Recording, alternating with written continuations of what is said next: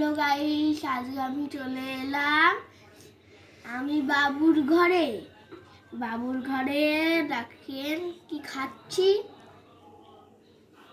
Tan tan ট্যানা ট্যানা, এই দেখেন আমি আগে ঝোলটা একটু আপনারা খাবেন, দাঁড়ান খাইয়ে দিচ্ছি। নেন, আমিও খাই।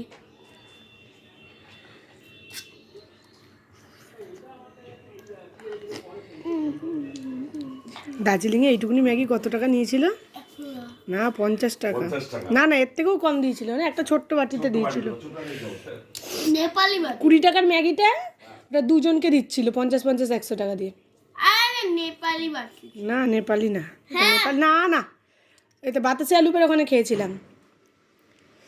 ঘরে ম্যাগি হোটেলে বসে খেয়েছিলাম। হোটেলে যেটা খেয়েছিলাম সেটা 75 টাকা নিয়েছিল। হ্যাঁ, ও অনেক কম। ওটা ডিম ফিম দিয়ে করেছিল। আর যেটা বাইরে খেয়েছিলাম সেটা ওর মধ্যে ডিম ফিম দেয়নি।